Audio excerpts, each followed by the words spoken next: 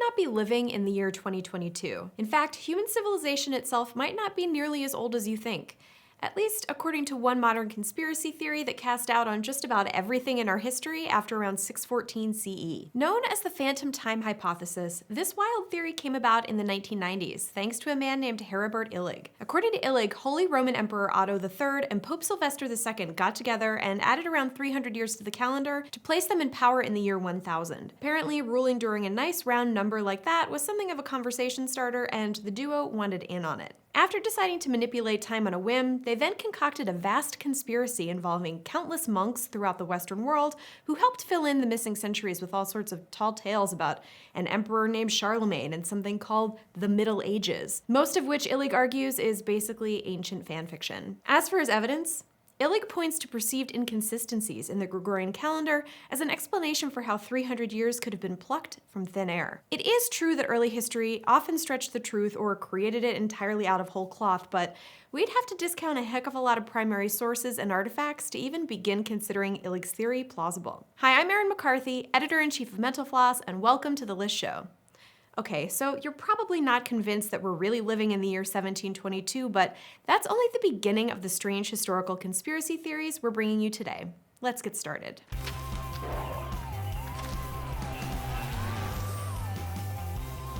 History is full of stories of entire cities burning or nearly burning to the ground after a simple fire grew out of control. It happened in Chicago in 1871, London in 1666, and perhaps most famously, it happened in Rome. You probably know part of the story. In 64 CE, a fire spread from Circus Maximus Stadium and wound up damaging or completely destroying 10 of the capital's 14 districts. Hundreds died, thousands lost their homes. Rumors spread about the origin of the inferno soon after it was extinguished. Many people at the time, and in the centuries since, put the blame squarely on Emperor Nero. There are two main theories proposed as to why the emperor would purposely burn his own capital city. One, Nero just didn't like the way Rome looked, and the Senate wouldn't permit him to make the changes he wanted, so he chose to redecorate things in his image by burning most of it to the ground first. Not exactly an HGTV-approved strategy, but a strategy nonetheless. Others thought Nero orchestrated the fire so he could blame the Christians for starting it, believing it would curb their increasing influence in Rome. The thing is, much of the information about the fire comes to us from secondhand sources like Tacitus, who was just a child when the fire started and was certainly no big fan of Nero to begin with. Tacitus and others relied on a number of unconfirmed accounts of the fire that may have been misunderstood or embellished along the way. You know that famous image of Nero fiddling as Rome burned? Not true, as we covered in our episode of Misconceptions about ancient Rome. One of the things that possibly helps a theory like this survive is the fact that Nero was recognized as one of the most heinous of the Roman emperors, and that's a pretty competitive field. He's been blamed, with varying degrees of evidence, for killing his mother, wife, and stepbrother. And in the wake of the fire, he put countless Christians to death. So even if most modern historians believe the fire was simply an accident, it's not that outlandish to blame the guy who was feeding Christians to animals. Nero started the fire. To run down the list of great works by William Shakespeare would be a waste of everyone's time. You know them, have probably read a bunch of them, and maybe even understood one or two without Cliff's Notes. But not everyone is convinced that he really penned the works that bear his name. According to Vox, the conspiracy theory that Shakespeare wasn't a real author gained prominence around the mid-19th century, when two books were published on the matter. One was by Delia Bacon, an American playwright, and the other by an Englishman named William H. Smith. Both argued that Sir Francis Bacon, no relation to Delia, was actually the quill behind masterpieces like Hamlet, or that Shakespeare was actually a whole gaggle of writers using one pseudonym. The evidence in these books was, well, a lack of evidence. The authors claimed that there was no written documentation that Shakespeare was well educated, which to their minds cast doubt on his ability to write such memorable works, or that he ever penned a play. Smith wrote, "No plays bearing Shakespeare's name were published between 1609 and 1622, but in the year 1623, 7 years after Shakespeare's death, a folio of 36 plays was brought out as the works of William Shakespeare." Since then, the conspiracy theories have only proliferated, with figures such as the Earl of Oxford and Christopher Marlowe being suggested as the real bard. To this day, books, documentaries, and organizations like the Shakespeare-Oxford Fellowship exist solely to circulate these theories. Public figures like Mark Twain, Helen Keller, and even Supreme Court Justice John Paul Stevens bought into them. But the thing is, we do have evidence that Shakespeare was the real deal. There's written evidence that he was an actor and playwright, and his work is mentioned in multiple contemporary sources, including a 1598 book called Pilatus Tamia by a man named Francis Mears, where plays like A Midsummer Night's Dream and Titus Andronicus are mentioned specifically. If you want to take Shakespeare down a peg, you don't have to claim he never existed. Just admit that Macbeth is boring. Abraham Lincoln was no stranger to conspiracy theories throughout his presidency.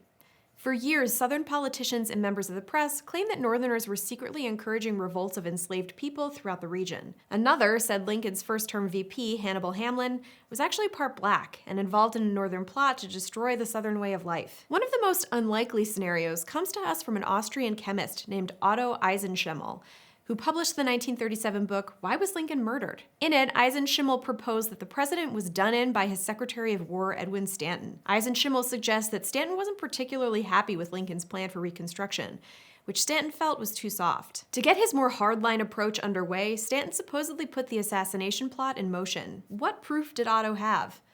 The holy trinity of conspiracy theories: hearsay, conjecture, and circumstantial evidence. According to Eisenschimmel, Stanton did a number of questionable things in the days leading up to Ford's Theater. He allegedly ordered Ulysses S. Grant away from the theater on the night of the assassination. He also turned down Abe's request to have Major Thomas T. Eckert there for protection, and closed all of the bridges into the city other than the one John Wilkes Booth used to escape. In Eisenschimmel's version, Booth still pulled the trigger, but he was under the watchful eye of the vengeful Secretary of War. Of course, scholars haven't found any real evidence to back up these claims, but that didn't stop Eisenschimmel's book from winding up as part of Civil War curricula at universities for years after it was published. Circling back to Booth for a minute, there are a bunch of theories that he actually survived his supposed death days after the assassination and lived out the rest of his days as a drifter of note. One theory even claims that he wound up in Egypt, where he buddied up with the Sultan and owned more than 100 camels. Now that's the movie Spielberg should have made. Daniel Day-Lewis would kill it as camel number 5. Queen Elizabeth I was undoubtedly a woman. You know it,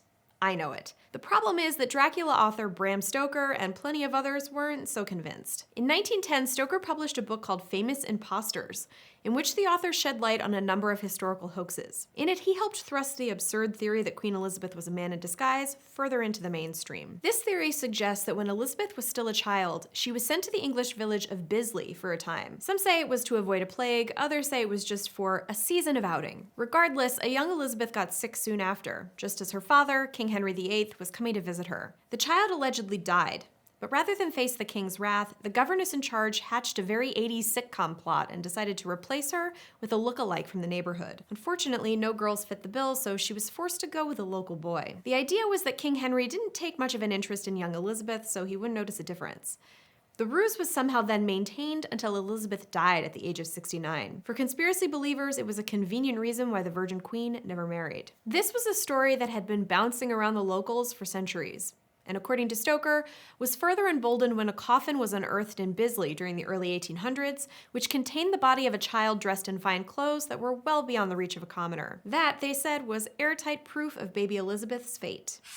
Ever since the Jack the Ripper murders started making headlines, there have been more theories around the case than corpses. The list of supposed suspects has ranged from average blokes to writer Lewis Carroll to some of the most powerful people in England. Take Lord Randolph Churchill, father of Winston. During his political career, Randolph was Secretary of State for India and leader of the House of Commons. And according to one theory, he also headed up a secret group of Masons that had a mission to kill 5 sex workers who had dirt on the royal family. The dirt in question was that Prince Albert Victor, Queen Victoria's grandson, had secretly married and had a child with a Catholic woman. At the time, this would have been a scandal of the highest order. The problem is that there is no record of the wedding or the child, and there seems to be evidence that Churchill was in Scotland for some of the murders. There's another theory that involves the prince, but this one suggests that Albert Victor himself was the one knocking off the Whitechapel woman, supposedly in revenge for contracting syphilis from a sex worker. This story came courtesy of a man named Dr. Thomas Stowell, who was friendly with the family of the royal family physician. Stowell said the physician had claimed he once treated a young gay man with syphilis, who he had suspected of being Jack the Ripper, since the man happened to be in the Whitechapel district of London on the nights of the murders. While Stowell wouldn't explicitly name names when he came forward with his story in 1970, it was heavily implied that the man the physician was working on was Prince Albert. Rumors about Albert's sexuality had swirled for years after all, and the royal family's involvement just made the whole thing irresistible for conspiracy theorists. Albert, however, wasn't in the city at the time of all the murders, and it doesn't seem he died of syphilis. But hey, never let the truth get in the way of a good story. And Albert the Ripper story is so good that parts of these theories were adapted as the comic book From Hell by writer Alan Moore and artist Eddie Campbell. In 1898, war hawks were waiting impatiently for the United States to declare war against Spain. At the time, Spain was in a war with insurgents in Cuba over the island's independence, but the US had, up until that point, stopped short of getting involved. Then, on February 15, 1898, the pro-war sect got its wish, in a way. The USS Maine sank after an explosion while it was stationed in Havana Harbor, eventually propelling the US into the conflict, which ultimately ended with Cuban independence. At first, it was concluded that the Maine was brought down by a submerged mine. A different theory said that a fire ignited the onboard ammunition, leading to the disaster. But some have always believed that it was a deliberate act of self-sabotage meant to get the US public behind the war. While some say the American government acted alone in bringing down the Maine, others believe media mogul and war lover William Randolph Hearst, who had been advocating for the United States to enter the conflict for more than a year, orchestrated the whole thing in order to push the nation into the conflict. And theorists had plenty of anecdotal evidence to glom onto. On February 11th, a few days before the Maine tragedy, Hearst's yacht, the Buccaneer, was seized in Havana Harbor, prompting Hearst's New York Journal to dub this the Spanish Journal War. The publication also asked why the Maine had allowed this to happen to a US ship, clearly showing frustration with the country's unwillingness to engage the Spanish. The fact that the Maine itself was destroyed a few days later immediately caught the attention of some, who believed it was the culmination of Hearst's plan to bring the country to war, and sell a boatload more newspapers in the process. He definitely sold those papers. Immediately after the Maine was destroyed, Hearst-owned publications printed flashy, sensationalist headlines, putting blame for the Maine squarely on Spain with no evidence to speak of. Within a few months, Hearst papers were beating out its closest competition by more than 200,000 readers. And by the end of 1898, his combined readership was said to total 1.25 million people a day. But as American professor W. Joseph Campbell told History.com, no serious historian of the Spanish-American War period embraces the notion that the yellow press of William Randolph Hearst and Joseph Pulitzer fomented or brought on the war with Spain in 1898. For what it's worth, the idea that the Maine's explosion was the work of the US government is the official view of the Cuban government. On a memorial plaque for the Maine in Havana, an inscription reads, "To the victims of the Maine, who were sacrificed to imperialist greed in its fervor to seize control of the island of Cuba." We've got an upcoming episode on explorers who disappeared without a trace. If you know of a cool story from history about, well, you know, drop it in the comments below for a chance to be featured in that episode. And don't forget to subscribe to Mental Floss if you haven't already. Thanks for watching.